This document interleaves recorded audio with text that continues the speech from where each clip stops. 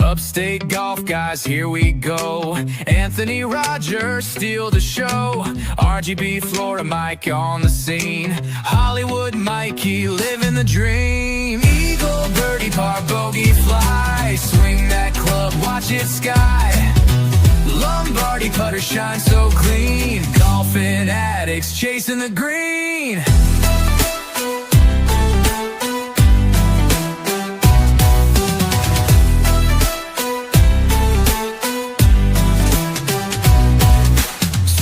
Up balls from trouble spots, off the tee or random plots. Long drive legend with a grin. Grip it, rip it, let's begin. We're the crew you can't outdrive. Golf obsession keeps us alive. Buzzing by in a golf cart spree. Talking swing, sipping iced tea. Eagle, birdie, par, bogey, fly. Swing that club, watch it sky.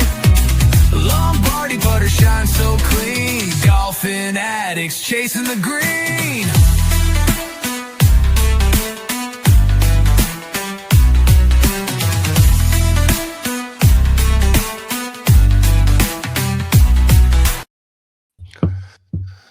And we are back for another episode of the Upstate Golf Guys podcast. We have some fun things to talk about tonight. Before we get the episode cooking, I want to just give my sponsors a shout out. Trouble Off the Tee. Go check him out. He has a couple dope hats from I'll Go Alone to the one I'm wearing right now, Scratch Golfer. I've been getting compliments on it. And then Florida Mike with the Never Lay Up. Thank you there, Florida Mike, for showing that off. I actually got a couple compliments. I've been wearing the Scratch Golfer hat all week, basically, and I've been getting a lot of compliments on it at the store. So I said, go check him out over there at TroubleOffTheTee.com. And use Upstate 20 at checkout, and you could get yourself a deal. But what's up, boys? I got RGB with me. I got Florida Mike. What's going on? Did you check out the playlist in there yet?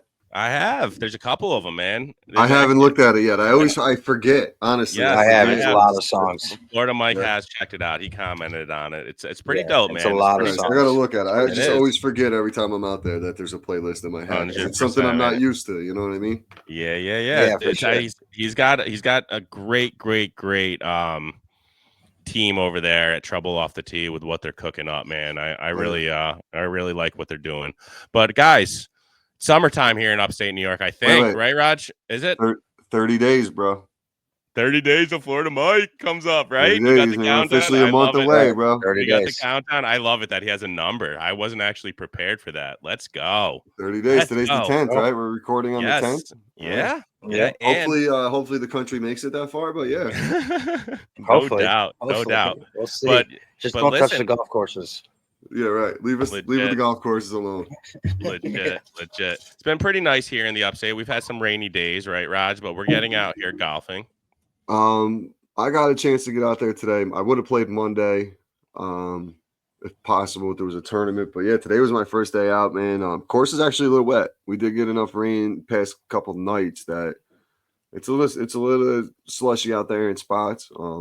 I had a shot on, I want to say it was like 12 or something today, where I got a nice divot out of it where I barely hit the ground, and it was because of how wet it was. And that's one of the holes where the drainage rolls through. So yeah, it's Florida Mike. You tell the shit. I could have filled my bald spot with it, bro. He told me a little, and I was hitting Coach Mike up during a wet round a couple weeks ago, and I said, bro, it's so wet and I'm having a hard time. And he did remind me, play it off your back foot. Mm-hmm. Right, Florida Mike, played off your back foot in those wet conditions. Yeah, played off your back foot. Club's a little more comes in a little more shallower, so you get less likely a chance to take a bunch of dirt. Because even if when it's wet, even if you catch a quarter inch behind the ball, you're screwed. And if it does go anywhere, you're guaranteed to have some mud on that thing. Mm-hmm. So I was just put a little bit back in your stance, kind of just leaning the handle forward just a hair, and you just a putting stroke. Yeah, I'm not trying to bring back old news, but yeah, Raj, I was cooking at Airway Meadows, and it was really wet on the back nine, and I had a beautiful drive, and it had I had 80 to clear water, and fucking chunked it right into the water. So then I take my drive because it was all wet.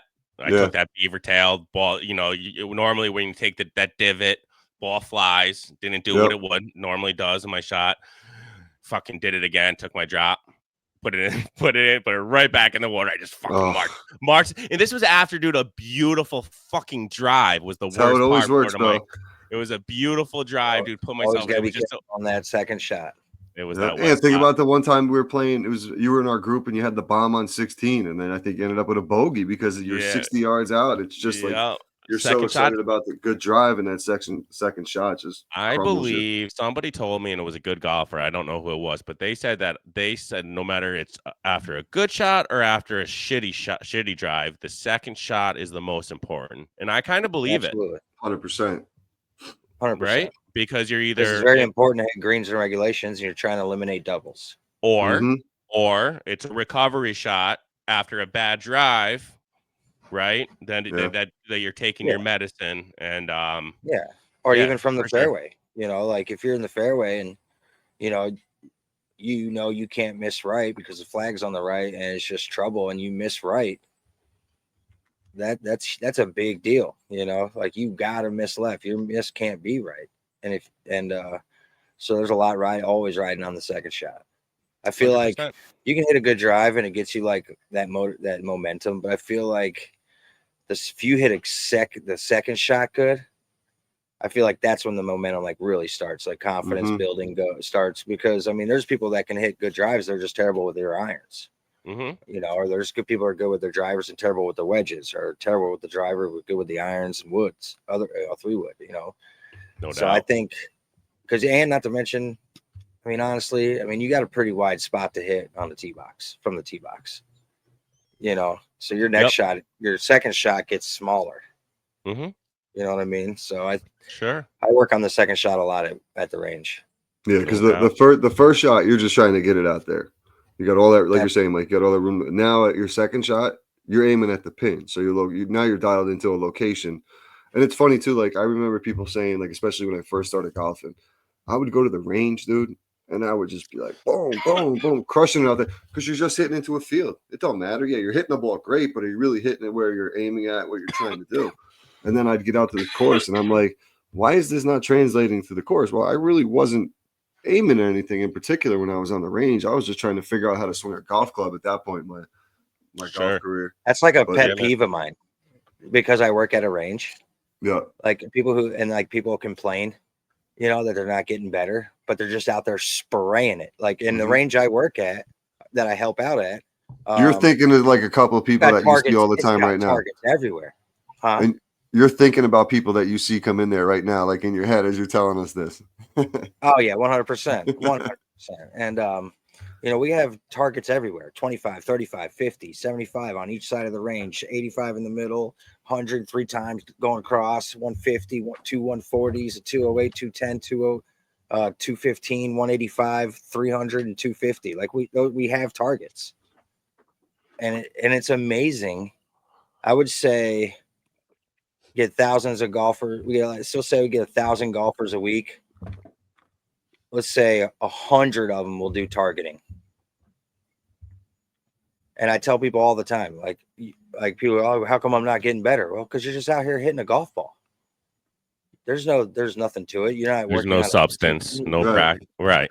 Yeah. Like you have to have a routine. Like a guy asked me yesterday, he's like, how do you aim? And I was like, well, I said, I get behind the golf ball about 5 yards. I pick a target out and I draw an imaginary line from the target to about 2 feet in front of my ball. I pick out something 2 feet in front of my ball. I aim the club. I make my feet parallel with the club, and then I go. A lot of people have a lot of problem with aiming. I see that at the range too. A lot of people get manipulated by the tee box. Do you guys know what I mean by that? Like 100%. Like a dog leg right, and the tee boxes will be facing at the left houses. It's kind of like an illusion, but it's in the mind. It's a mind game, dude. 100%. I've done it. I've done it myself a million times. Oh yeah, I did it. I've done it. But I think when people go to the range, one, there's like a few things you should do. One, you should do targeting at all times. You should always practice the short game the most. no matter what. Like I break mine down. I do short game the most. I do about 80 golf balls for my 60 wedge, my 60 degree through my 50. And then I'll do even irons one day, odd irons the next, always woods, but I only do like 10 or 12 drivers.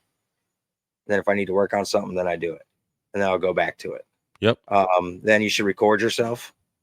V1 Sports has an app. It's free. I would record 5 videos, sit down, watch them, draw. You can draw lines, circles around your head. You can slow-mo the video and just watch where you're supposed to. What's that called, Florida Mike? V1 Sports. You can get on your laptop, tap V as in V as in Victor. Yep. V1 Sports. Got you. Huh. Okay. That's Yeah, it pretty should dope. be like a white V with a red 1 or something like that. But like I have thousands of videos on my tablet that I would put on my tripod. And whatever I was struggling with, whether it been my irons or my driver, I would do 5 videos, sit down, go through them, see what I'm missing, do 5 more videos, work on that one thing that I picked out, work on it, focus on the 5, do another 5. And I would do this for like hours, not even hitting a golf ball. Florida Not even hitting a golf ball. That's really what I am, because I'm going to reach for this. Ever since your boy, God, I'm having a tough time thinking of Tom came on the podcast and talked to us about the next level of golf. And, you know, you could go out there and practice. I picked up one of these, Florida Mike, and I ended up ordering you one as well. Florida Mike, tell Raj what this is all about, and what this is for, and what we're going to be using this for. I got one of those for Fair Park. Yeah, he knows what those are. Yeah, it's just the we're gonna use that for notes for nationals. It's empty right now, and I am going to use it for notes. Exactly, because every course you go to will have a booklet with the course breakdown and a spot where you can take notes. Like when you see the pro golfers, they go to their little notebook in their pocket and they look. And that's what they're looking at. They're looking at. Okay, I'm on the right because side. You're not allowed to have course books anymore. So they have to have notes. Their notebooks, yeah. Like you can go to a course and get a course. You're not allowed to have none of that. So they have their notes, and they're not allowed to have that no more. Gotcha. Okay, but like for example, a course book will literally like Freer Parks, for example. I don't have it right here. It should have like yardages all throughout the hole. It will have the yardages. It will have the length of the green. It will have the width of the green. It will have each breakdown. It will have a little bit of which way the greens are breaking for you. A lot of people don't use people who don't use apps that have that information for you, and sometimes it's good, man. Like for example, Mikey, you'll see in a month now, like Freer Park, the 3rd hole. If you don't know that hole on your approach shot, you don't know where to aim that shot. So say you go there you guys are playing in the Am Tour and you get a chance to play a practice round up there, and you know, us playing there all the time, know you have to kind of get that ball close to the bunker and let it fall down to the green in order to have a chance at a pretty decent birdie look. So if you don't know that though, and you just go at that green, you're sailing it off to the left, or it's just going to run right the hell off the green. So boom, when you're playing, you know, a practice round before the tournament, you bust out that little course book or notebook or whatever. Okay. You know, fast green approach has to be to the right. Boom, boom, boom. So the next time you're in that tournament, all right, what do I, you know, it could be a couple weeks later or whatever. Yep. Oh shit. Yeah. Last time I played here, this, you know, ran hard to the left kind of thing. That's what those things are primarily for. It's kind of like what I'm going to use it for is like, and I'm going to use it, for instance, this Sunday coming up, Spa. And I'm going to go through my 18 birdies, you know, the couple nights before, and I'm going to kind of study it. And I learned this from Florida Mike as well. And it's going to be more of a where to hit and where not to hit type thing, to know whether to not miss long, to know the good misses. That's more of what I want to know on these holes as an amateur golfer. You also want to know what yardage is your strongest, and that's what you want to hit 100%. Into. Say you're at the range and you're always like 8 out of 10 target hitting inside of 10 yards with your, 8 iron. So then you would want to find that yardage on your maps and take those notes. Like, all right, off the tee box to get to 150, I need a 250 shot. So you know what club to use. And you go to this hole, okay, 150 is I only need to hit a 175 yard shot, you know, instead of taking out driver and booming it and putting yourself in trouble. Just if you I do it. I mean, If I'm falling behind in a tournament, I don't. I'll just use driver every hole because you just do what you got to do. But when I won nationals, that's what I did. I picked and choose what club to hit off the tee box, and then put me in. Mine was my 140 to 100 range. I was really good from that range that year, so I made sure I put myself in that position. So just something to think about for amateurs. No, and stuff, 100%. No, I love listening to you teach me, because you're ahead of the game, man. Especially working in golf all day long. I love hearing what you have to say, man, because you've picked up your game, bro, in just the last year, man, moving from C to B and the top of B. And then speaking of, I wanted to introduce, this is a good segue to this. I wanted to talk about your regional, your first regional in B flight, brother. I'm still red. Look at that, I Raj. see that. I'm like a lobster. I see that. I'm getting there, bro. I got sunlight now. I'm getting there. I don't look like a vampire no more. We're getting there. For Mike, already got the glove hand going, dude. Yeah, dog. I got that shit going too. Tell us about day one first at down at Cabot, and where you were. Well, I'll keep it short and sweet, like my day was on Saturday. Sure. First, let me tell you, and I know you two are planning on coming down here, and you'll get to see these courses, this land dedicated to golf, and exactly like how amazing it is. The pictures and videos I send you guys doesn't do it any justice. Oh, I already know that. The crew on Saturday, man, tee to green, even scrambling, I was above average. And then I got on the green and I just forgot how to putt. I mean, the greens were that crazy. I mean, Florida Mike, let me interrupt you. Can I interrupt you for 1 second and hold that thought? Because at caddying, I saw this place was an invite only, all scratch golfers, and I happened to see a guy with a Cabot hat on. And I said, "Oh," I said, "Okay." Nice. I said, I know had the Super on my podcast. He said, "Beautiful course." He said, "But the greens are like freaking miniature golf sometimes." So that's all he said. He said, "That crazy, Mike?" With that crazy on the green. So continue. I had to cut you off talking about the greens. Was that a good? Hilly? Was it like that's oh yeah. That's it. Oh yeah. So I'll give you. Oh yeah. We're talking these. Dude, these things are gnarly. So, very first hole of Carew, it's a split fairway, meaning there's a bunker that runs right down the middle. Now it's all bunkers, sand, and grass fairway. It's a links course. Fairways are 80 yards wide. The first hole green is 110 yards wide. And it's got 2 holes on it. It shares a hole with 6. Just put it this way. I hit it on Saturday. I hit a good shot into there. But when I played a practice round there, I aimed it right at the flag, not knowing where it goes. And it one hopped and like disappeared because there's a slope. And I'm like, oh man, that thing is nasty. That's going to be so good. All right. And I'm walking up to the green. Next thing you know, you see on the left side of the flag, you just see this ball start going.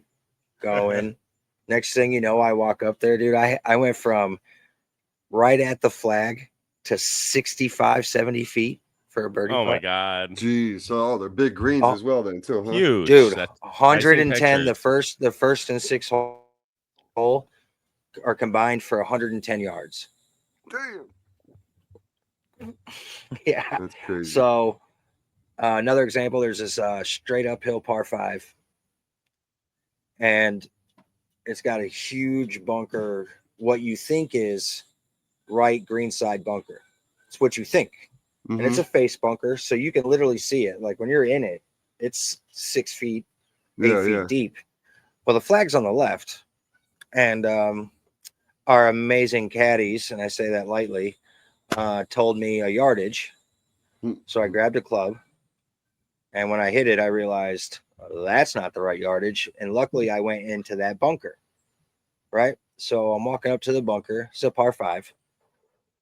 And I look up above the bunker, and it's still the green. So here's the bunker. The flag's down here.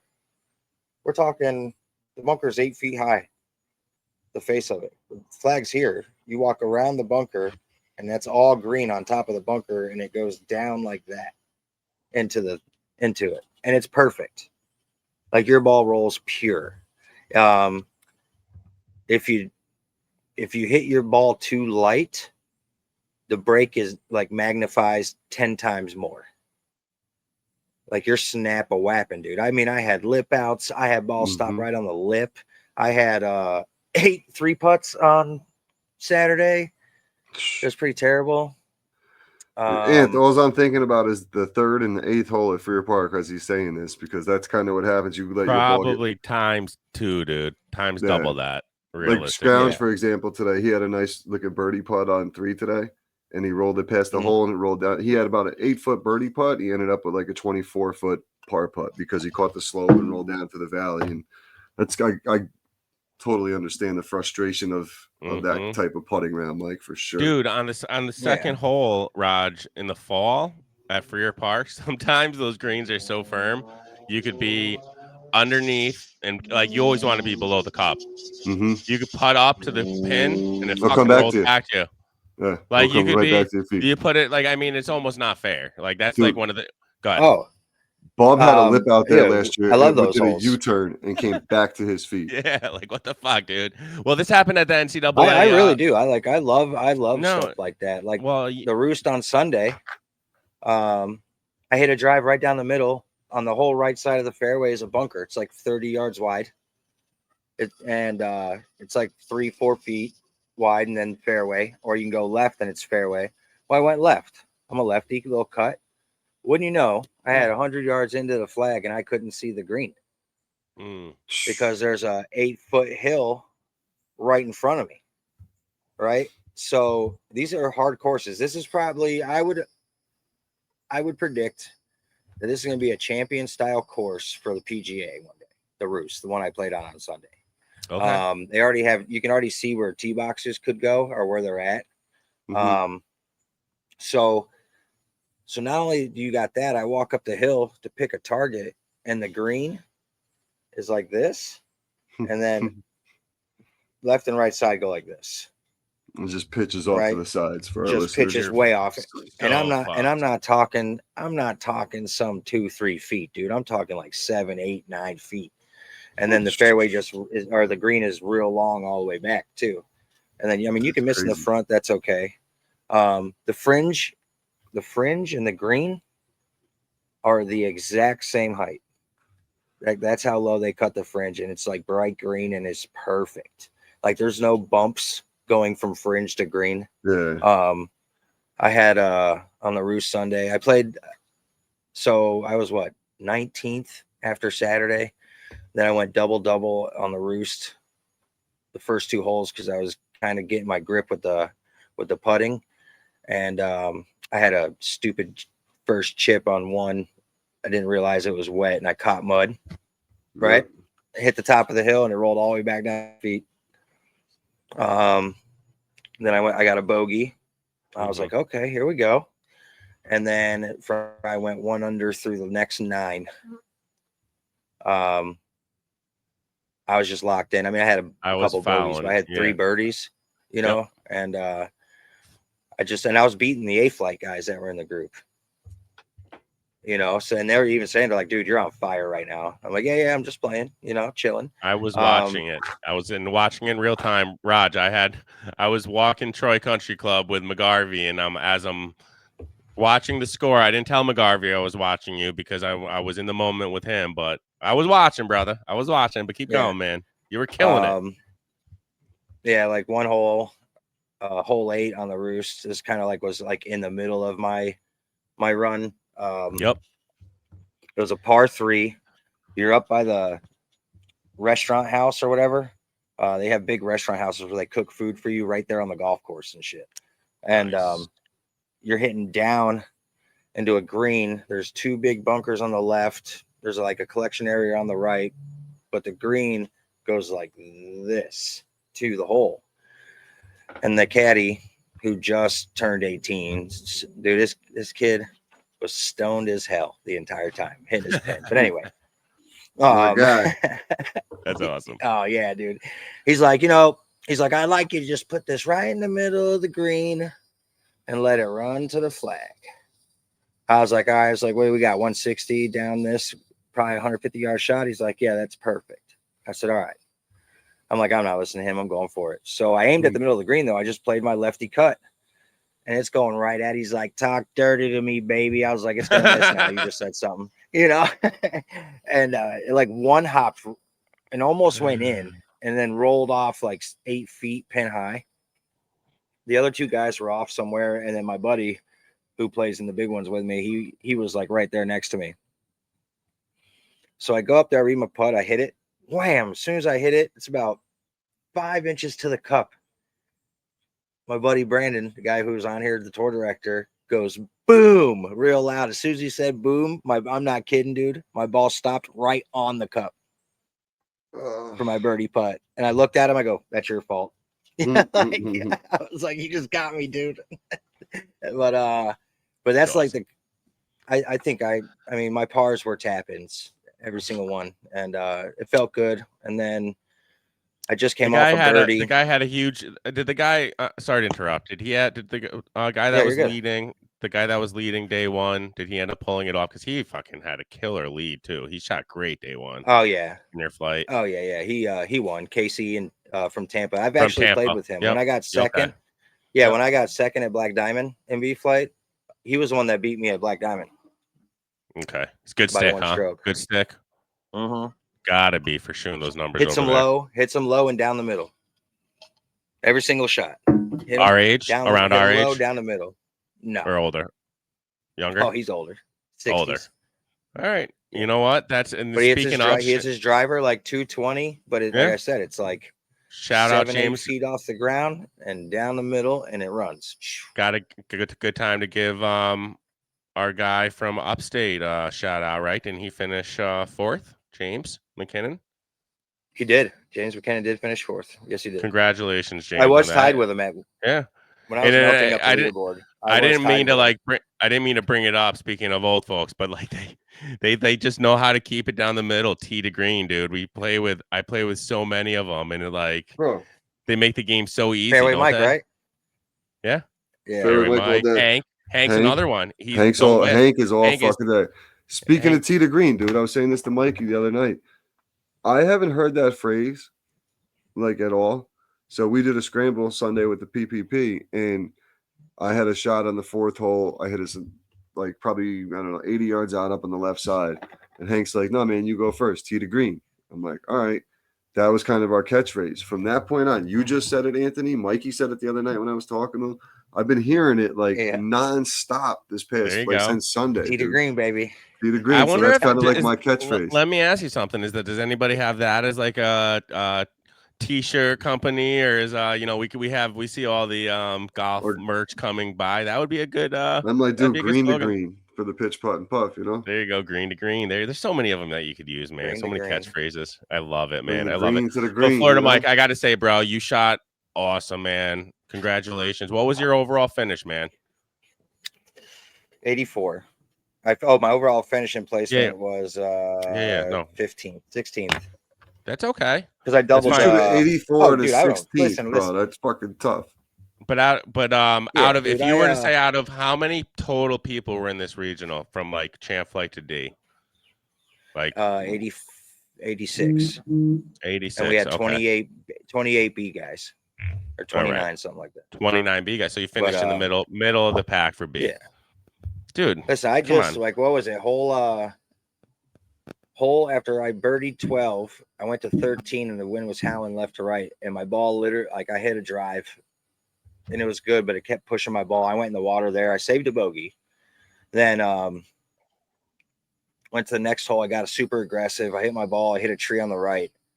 And it was 200 yards out. So I grabbed a 7-iron, launched it over the tree, had to hit it high. So I didn't aim far enough right. I actually hit the 7-iron. It was 199 mark. So it was like a 195 shot. I ended up flying the green 20 yards. Right. I was playing aggressive. Tabletop green. Didn't realize the back ran out like that. So I doubled that. And I was at that time, I was in 5th with your boy James. And so then I doubled that, and that moved me back. And then I parred the par 3, 17. So nobody had birdied 18 yet in the skins or the super skin, and you had to hit over a big lake. But the more the lake you take on, the shorter the distance, right? But the carry is a little longer. Well, dude, I was crushing my driver, and I stood up there, and I hit this ball, and it started cutting. I'm like, oh yeah, that's gonna be good. And then all of a sudden, it was the winds off the west all day. You see it just pushing my ball, and I missed it by a foot. If I would have hit that, I would have been in the perfect spot, like 80 yards left on a par 4. Game that's of what I was inches, going bro. for. Game of I was inches. going for it because I'm already out of it. I'm not going to win, right? You know what I mean? Right, So you go for the cash at that point, yeah. Exactly. And Yeah. the double already took me out of the money. I was tied for 5th, so I was in the money. I was just playing my game. I was playing well. But that Like I probably said, dropped you like, 10 strokes in the standings. Oh, for sure. Yeah. I mean, from 16th to 8th was 1 stroke. Yep. You know, wow. so if I don't Because double, why if you I, never- if I par on 18, I'm sitting in 9th, 8th, or 9th. Show me that hat again, Florida Mike. Show me that hat. Mike never lays up, buddy. Yeah. Never. Bill, let me ask you this. Never. So if you guys Never. tie, you guys do play it like a playoff hole and shit? Like you'd have to run into a playoff Yeah, hole? only Yeah, for of first. course. Yep. Yeah. Yep. Oh yeah, and you play until someone wins. So is that prearranged with the course? Yes. On what hole? It's either we'll use either 1, 10, or 18, depending on how many people are out there playing, and what's open first, and then we'll play either 1, 10, or 18. Whatever's, those 3 are usually by the clubhouse, so or 9. Is it common that there's ties, Oh, yeah. especially in big fields like yeah. that? All the definitely. time. We have it all the time. I mean, you either all the time. Like if Could you either, have like 2 groups go out for tied for first place? Oh yeah, we've had I've had multiple flights tie at once. I've had 4. Yeah, we've had a good foursome go out, and like people will follow and watch the playoff holes. It's pretty cool. It's fun, right? Yeah. Florida Mike, do you ever have that happen where people will go out and Oh, watch? yeah. I've had a couple. I even the year I won a national championship, this guy, I'm not gonna say his name, but he ended up being a real POS and a liar. But he was ill of something. Sure. So I let him win a couple. He didn't have any money. I didn't have any money to give him. So I'm like, let's go to a playoff and I'll give it to you. I have rivalries with some of the guys down here, so those were always fun. Especially when I get to play in a playoff hole with them, because then we're just really talking shit to each other. Yep. I love playoffs. I'm not afraid of a playoff. You just give me one more opportunity to win. I've been in a few. So I'll tell you my few stories. All lose. I've never won in a playoff, Florida Mike, ever. One of them was this course. I think I'm like 4-2. No, I'm 0 for. I think I'm 0 for 3, but the 2 I remember specifically is Brian DeBell. I was in a play. This was D-Flight, a good friend of mine. You know DeBell, he plays with us all the time. Yeah, he's good dude. Awesome dude. Yo, so it's Norman side, and I think it was the first hole, 1. We went over to 1. Like Florida Mike said, it's either 1, 10, or 18. Whatever's easiest, whatever's open.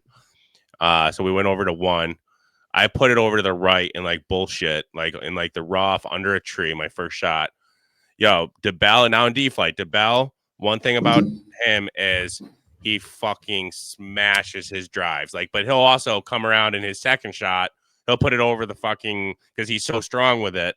He'll put it over the green. He's a DC guy. He should be in C suit. He's a really good stick for D. But anyways, dude, he smashes the ball fucking 6 or 7 feet from the green on a par 4. And I'm like over in like I'm like in the tall grass under a tree, fucking playoff hole. I'm like, oh my God. Like I literally wanted to like concede there, Florida Mike, but I'm not a quitter. So I go over and I take my medicine, I hack it up to the green. Ended up I was hitting 3 right around the same time he was hitting 2. And he ended up putting it really close and ended up 2-putting for par, and I ended up bogeying. But still, it ended up only being by 1 stroke. He could have fucked up. He could have duffed his, his you know what I mean? I was automatically giving up because this dude smashed his drive down the middle, put it 15 feet from the green, and I'm over in the rough. But I played it. I lost. And then another one, Rob Lee, he remembers this one. I shouldn't have been, I lost it, gave it up in the first place. And like Florida Mike said, I had the lead, lost it. Rob Lee fucking put it out of bounds. The general. But didn't you have one with Roger too just recently? We didn't have a play. We didn't have a play. Where you almost gave it up on the last one. He hit a birdie or I did. Yes, I hit a birdie and he fucking. See, dude, I like those moments. Yeah, whether it's like tour or with your friends or a when league, you know dude, it's in it. Yeah, I love that stuff. Yeah. Because once I went first and made the putt, so at that point, all the pressure was off me. It was just all right. Let's hope. In my head, I'm like, all right, let's hope for a 3-putt here. I didn't even know if I was like that close. Maybe you were watching and I didn't. I had to. I was keeping score, so I knew. Yeah, I was cooking. I knew I was cooking, and I did blow it. But yeah, man, it's anything could happen, man, and that's why, especially us CD golfers, man, never give up. You never know what could happen, never give bro. Up. What would Raj be? A C flight? You'd be in C with us, I would say. Yeah, he's middle 80s, he's legit. Right? Mid 80s. I would say if Roger and I played 10 times at Freer Park, he would probably win 7 out of 10 times because he plays there 8 million times. But if I bring Roger to another course, I'm taking him 7 out of 10 times. I'm legit. A 14 to 16 handicap. Yeah, but at Freer Park because you play there, Florida Mike, and I'm busting his balls here. He won't leave Freer Park. He plays there and he knows those greens back of his hand. So that's what if you bring him to another course, like we're on tour and you play somewhere else and you don't know it as well, that's different. When I played Orchard Creek the first time a couple years ago, dude, I didn't know if I was going to have enough golf balls in my bag. I was losing them fucking left and right. Yeah. I'm like, yo, that's how it was with me too. When I joined the tour, I don't think I broke 100 my first year in D-Flight. Yep. Just because I was playing all these different courses and like fast greens, and I was like, "What the hell is going on here?" I said, "I'm not that terrible. I mean, I am, but I know I'm not that terrible." Mm-hmm. It took some getting used to, though, for sure. Yeah. But I love it. I don't. Go ahead. Oh yeah, you're good. I would do like a summer pass thing, but I don't think I could be like a full member. So that's basically what it is for me. So it's a summer thing. So far, Raj. So far, Raj. What is it, summer pass? It is. It's a summer pass. That's all we have up here, dude. Those are cool. What is it, 6 months for like $200 or some shit, or $400? No, it's way more than that. Dude. Way more than that, but yeah. It's $1,400, right? $1,500. But it's how many months? 6 months. 6 months. God damn, I need to open a golf course over there, bro. Legit. No, they do okay. I have to figure. I figured it out. It's like 33. What is it? 33 rounds, Raj, to play over there to pay for it. What bro? I'm already over that. No, I know, and I'm halfway there, dude. Basically, think about that. If you're halfway there, and it's I play 4 days, 5 days a week. I know, dude. I know. Do you only play 9 holes though, or do you try to get 18 in every time? I get 8. Go ahead. I play 18, 1, 2, 3 days a week, sometimes 4. So I'm guaranteed three days a week playing 18. And then you're like 2 days a week, 18s, right? Yeah, I'm a weekend warrior, baby. Yeah, man, I'm over there. If I could play 36 on a Sunday, I'm doing it. We got to get you off on a Friday early so you can come out and play with us before the league, dude. That's never going to happen. July 11th. That's when my dad. Yes, when my dad covers for me, and that's it. When it's an organized day off, but that's July 10th, I thought, right? 10th is Thursday. Whatever. Okay. Yes, July 10th, 11th. I'm coming in on the 10th. Yep. 12th and the 13th is the major. And what time are you supposed to? The 10th is when I fly in. What time do I have to be at the airport? 11. All right, I'll be there waiting for you, brother. 10:52. Clubs in the car are going. I'm going to be waiting for you. We're literally going to be going from the airport to the golf course. 12:21 tee time. I'm gonna document the whole thing. It's gonna be so great for the podcast. It's gonna be some good footage, dude. Love it. Awesome, man. But I'll set that up with Josh prior to yes, shit. We need to get. I would say even like let's try to run a little fucking like tournament of some sort. Thursday, bro. I say we just do our thing. Skins game. Yeah. Okay. Well, Thursday, if I don't want to push it because of there's leagues and shit. But Friday, when we can go out in the morning, we can do whatever the fuck we want. Okay. I think we got 12 already, dude. For Friday? Hell yeah. Well, that's 3 good. Good. Awesome, man. All right, so let me just talk before we go to the short break. I got to talk about what my weekend was like. Why don't you talk about that when we get back from the break? You want to do that? That way we got a nice little segue into the next 8:35. All right, we could do that. I was gonna say because we got to finish off with some U.S. Open talk. That's this weekend, and we got to see if our picks are still the same. But yeah, Raj, we could do that. I didn't even. We're kind of getting away from it. We have another podcast and another guest in about 20 minutes. So let's do that, and we're gonna take. I want to hear about your. I want to tell you guys absolutely. Caddying, what do you call that shit when you're in? Oh God, caddying or no, in the hunt. Qualifier? Cross country, your cross country running. Oh God, it was an expedition. Yeah, no, it was wild. It was awesome. Loved it. Loved the experience. But I'm gonna be 100% honest with you guys. Never gonna volunteer again, just because. I mean, nothing to do with Matt. I loved learning from it. I just at that course, bro. I hated fucking yeah, maybe so. I hated walking it. I'm a rider. I'll first admit it. But we'll be back. We'll be back after this short break, and I'll tell you all about it. Hell yeah. Is your swimming pool looking more like a pond these days? Don't sweat it. Swimming Pool Repair Experts has your back. Since 2000, Swimming Pool Repair Experts has been the trusted name for top-notch in-ground pool renovations across the greater capital region. From liner changes and pool bottom refinishing to plumbing repairs, opening, closings, and stunning upgrades like lighting, benches, stairs, and decks, Swimming Pool Repair Experts does it all. Their expert team is ready to bring your pool back to life so you can dive into some summer fun. Because what's better than taking a nice dip after a long round of golf? Get a hold of Jim over at Swimming Pool Repair Experts today at 518-858-2587. That's 518-858-2587. Or check his website out, swimmingpoolrepairexperts.com. And don't forget to tell Jim that you heard about him on the Upstate Golf Guys podcast for that extra discount.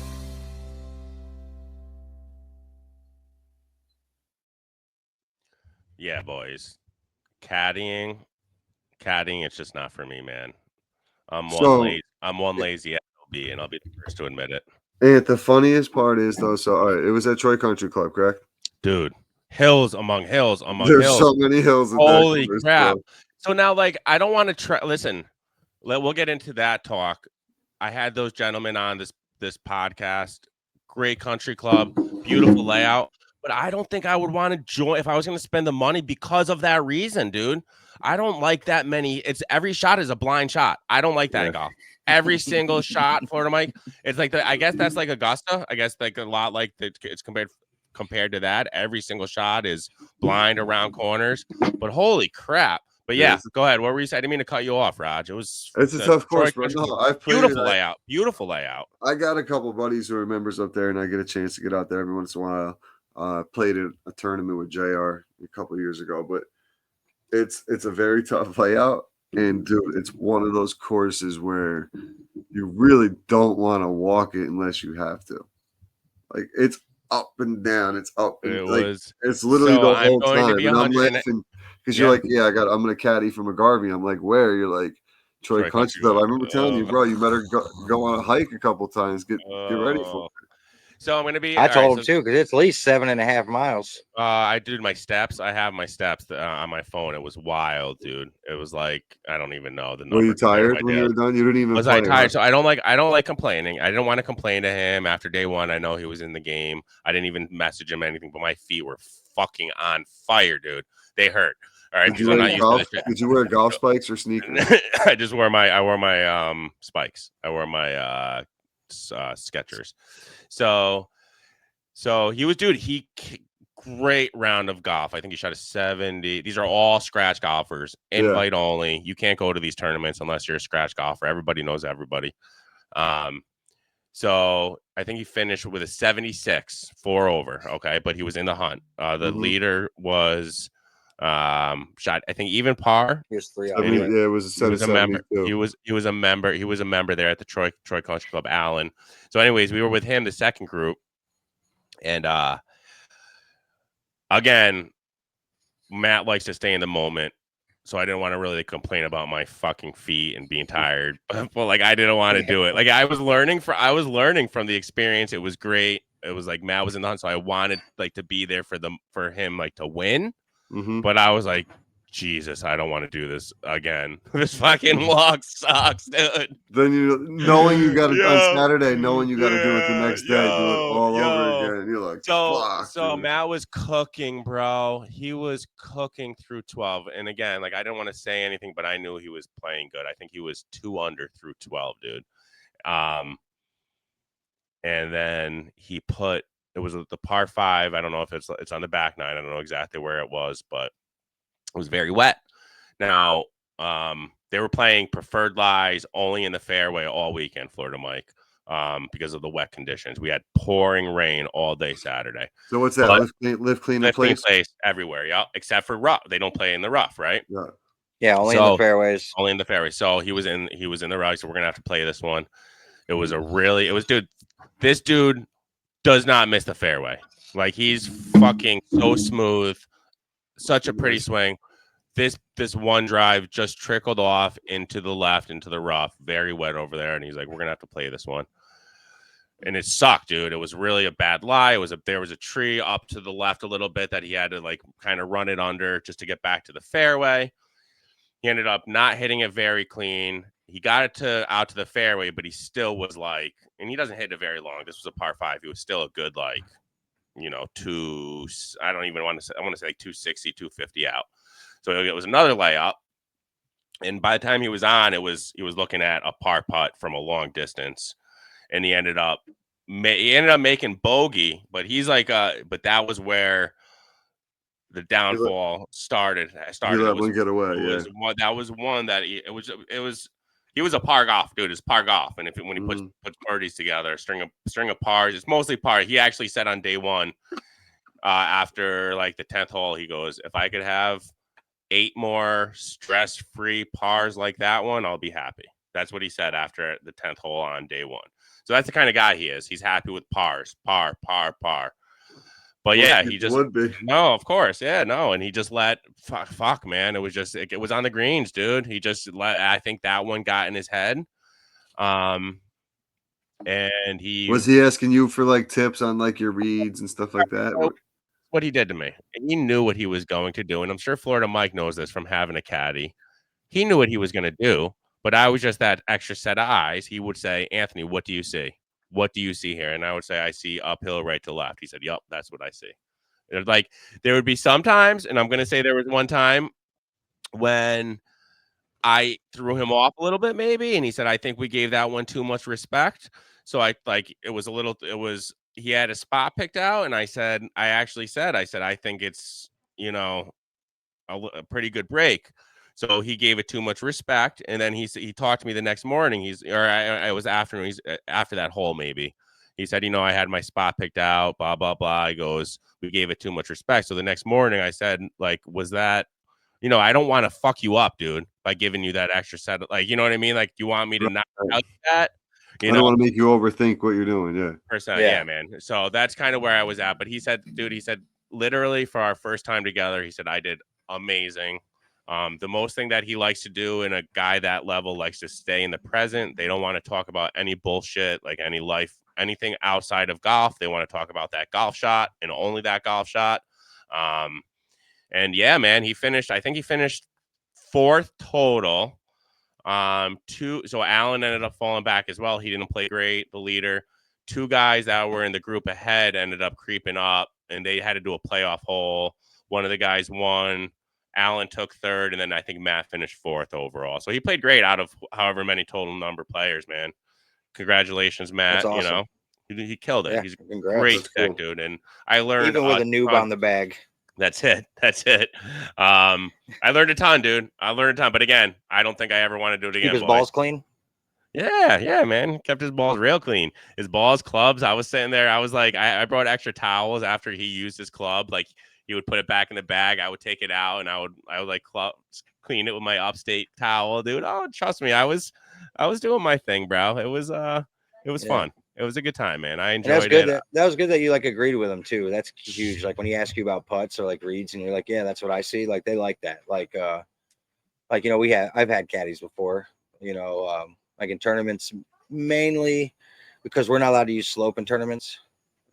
So I ask the caddy if there's an elevation change. I'm like, yo, what's this playing? and he'll tell me, you know, they're allowed. You know, it's 165 playing down to 10 yards, so 155. I like a 150 number here, you know, like that. And I'm like, all right, cool. Yep. So I'll know because I'm not allowed to hit it with a rangefinder with slope on. Right. No, you got to turn that off. And that's what he told me too. Is Yes. I was using the app 18 Birdies, and he said in front of them as well. He said make sure we turn the slopes off right now. He's Put like it on tournament mode. Have it 100%. Yep. You're not wrong. Absolutely. It was it was a learning experience, man. It was fun. It was, and again, those guys are a little bit of a higher level than what we play on Golf Week Am Tour. I feel like. And like watching them do their rules and the way they play it was a high level, man. It was awesome. It was fun watching. I really enjoyed it, dude. Sure. I learned a lot. I learned a ton, boys. But all right, we're gonna close things out. But before we do, I want to just make sure we're sticking with our picks for the U.S. Open in that tall rough. I took Brooks Koepka a couple of weeks ago. I think he's gonna come out and I think he's gonna play because he's due. I think he plays out of these courses that when people talk, it's going to be a plus number for the win. I feel like Brooksy always comes up to play. That's my thought. When I think Shinnecock was the last time he won, and it was this type of course, and he won at like -1 or -2, and everybody else was in the pluses. But that's the only reason I'm picking Brooks. I don't know what I got. Florida Mike. I forget who I even picked. I think you always pick Tommy Fleetwood and maybe Morikawa, was it? Or I don't even remember. I don't even know. We went back to try to look. Well, my long shot's always Akshay. My long shot's always going to be Akshay. You going to change up your we got anybody but Scotty. That's the rule. Anybody but Scotty. Yeah. If Bryson can keep his driver straight, he has a real good shot because of his length. Right. Sure. Run. You know, and he learned how to putt. You've seen like, yeah. You know, like if you've seen the videos, when you've seen those videos I put in, where guys are putting from 130, 150 yards off the green and making it on the green with the ball. Yeah, that's wild. I've seen a couple. The Lombardi Challenge, baby. The Lombardi Challenge. Right? Do you remember he wanted that? He was like the first person that can make a 300-yard putt. He goes, I'm sending to Pebble Beach. Yeah. I was like, oh,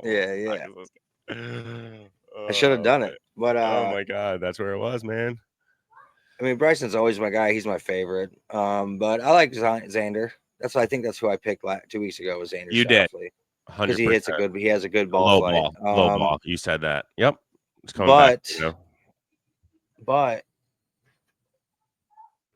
this how good is his wedge game in that rough? Who's the best? This is what I like. Who has the most power to muscle out of that rough with accuracy? Yeah, but I mean, at that point, it really doesn't matter. Like, I don't know if you noticed, like, Oakmont's diabolical, right? They had guys out there with rakes raking towards the tee box, raking the grass forward. So when your ball lands in it, the grass covers it, and you got to hit into the blades of grass. And the blades of grass are like 5-6 inches tall. Like Phil Mickelson, so crazy, one of the dude, like Phil Mickelson, one of the best. Like, here's a perfect example. Did you see him hole out that wedge hole out on Live this past weekend? Sick. That was cool. It was sick, right? It was a lob wedge. He had to hit it like over his head and behind him, and it one hop and rolled in, right? So he just made that crazy chip and then goes to Oakmont and he shanks the first two and it goes like a foot. So like even the best wedge players are having problems. This is what the fans want. So it is. I want to really matter what they want. Even par or plus 1, +2 would be an amazing win. And I want to see Scotty fucking struggle, dude. I want to see even Scotty struggle and have a hard time, dude. That's what I want to see. I think he's not going to. Yeah, they're all going to struggle. It's like I said at our regional, because I knew the greens were going to be difficult. I even said to my friends, whoever 3 putts the least will win. Yep. So that it's the same concept. Whoever can hit it the straightest and putt, because I saw a step meter reading of the greens at Oakmont. What was it, yesterday or 2 days ago? It was running at 16. I didn't think they go higher than 15. Maybe it was a joke, but no, I'm saying I believe, like, that's what I'm saying. 15 not like I thought, like 15 so like it could go like, are they faster than like Holy shit! Yeah, No, how I do you believe stop it. that? Like, how do you stop that? It's glass. You It's like a don't. parking lot. It's like a parking lot, dude. Don't. No, it's unbelievable. It's gonna be Like, you funny. imagine It's what a gonna be fun to downhill watch. putt is? No, fuck that. You better not have a downhill putt. You better not have a downhill putt at all. Nope. It's gonna be hilarious, dude. I can't wait to have it on the TV. Yeah. Starts early in the morning, boys. Starts early in the morning. But we have another podcast recording coming up with make sure you guys all tune into that one, man. If anybody enjoys our vibe, we have another podcast rolling. Conspiracy Chaos. Did Raj do his pick? Raj, who was your pick? No, he told him. He said he didn't remember. He said it was Fleetwood. Yeah, I can't remember, but I'll probably go. I'll go Morikawa, Fleetwood, and I had someone. I think it was someone else, but I'll go Morikawa. I thought it was. Yeah. You always like Fleetwood, though. I'm going to give you Fleetwood because you said I think I said I'm going to pick him until he wins. You did say that, but yeah, man. Tell the listeners about a little bit about Conspiracy Chaos. And Oh our man, we guests. go deep. We go deep into a little bit of everything. We talked about CERN on the latest audio episode released. We talked about, man, we've had Smiley Face Killer. We're going to be talking about some UFOs, UAPs tonight. What else? Human vibrations. We've had some cool guests on there. Yep. We get into it. We get into a little bit of everything. We're not afraid to dive down deep into the rabbit hole. So check it out. Conspiracy Chaos. Yeah, man. We have a UFO guy coming on tonight, UAP. So it'll be interesting to hear what he has to say, man. I'm going to go for that real quick answer. I'm going to jump up here. Hell yeah, man. Absolutely, buddy. All right, Raj. Thank you for hopping on. And Florida Mike, always a pleasure, brother. Great episode, and you sound great, man. You sound great on the new setup. You sound awesome. Thanks, buddy. Congratulations. It could be because I have this loud 88 link shirt on. It could be that too. That's true. You know what? Good call. I was gonna say let's give our boy a quick shout out before we close things out, man. 88 links. How's those shoes still feeling? Still nice, brother? Dude, I love them. I know. That's awesome, brother. I don't even think they're on my feet half the time. But the shirts are like the shoes are really good, but the hats are obviously good. But I think the shirts are my favorite. Are they? I'm gonna have to pick one up. Yeah, that's the one thing I wore it on Sunday. I wore it on Sunday, and it was feel like 105. And the shirt wasn't, you know how like when your shirt will get wet from sweat and it's like super heavy. You didn't get none of that with the shirt on. So it's breathable. It's breathable. Yeah, man. I'm gonna have to pick one up, man. Material. I'm gonna actually purchase one. I'll use my own code when I buy it. Using Upstate 20 at checkout at 88linksgolf.com because he truthfully does have some fire over there. I think I like that. Yes, he does. I like that the Mexican one you had on for the Cinco de Mayo, dude. A couple weeks ago. That one was fucking fire too, bro. That was sick. The gloves are good too, and they're a great price. They're not expensive, and I like them. I mean, I rotate gloves anyway because it's so hot down here, but they last a little longer doing that also. But I like them. They're nice. They stay nice. You know how like sometimes the glove will loosen, but these don't do that. Beautiful, brother. Beautiful. Love it. All right, man. Let's sign off and we'll get prepared for the next podcast. Appreciate all the listeners for always tuning in, and I hope you guys all enjoy the U.S. Open for this third of 4 majors this season. It's been a wild season. I'm rooting Scotty down, guys. Anybody but Scotty. That's how I feel at this point. Yeah, play the field. Scotty in the field. That's it. I agree, brother. All right. Thank you all for tuning in to another episode of the Upstate Golf Guys podcast. See you next time. Eagle, birdie, bogey, fly, swing that club, watch it sky. Lombardi putter shine so clean. Golfing addicts chasing the green. Upstate Golf Guys, that's the vibe. Golf and laughs keep us alive. Tune in now, don't you see? Podcast legends, it's Anthony and me.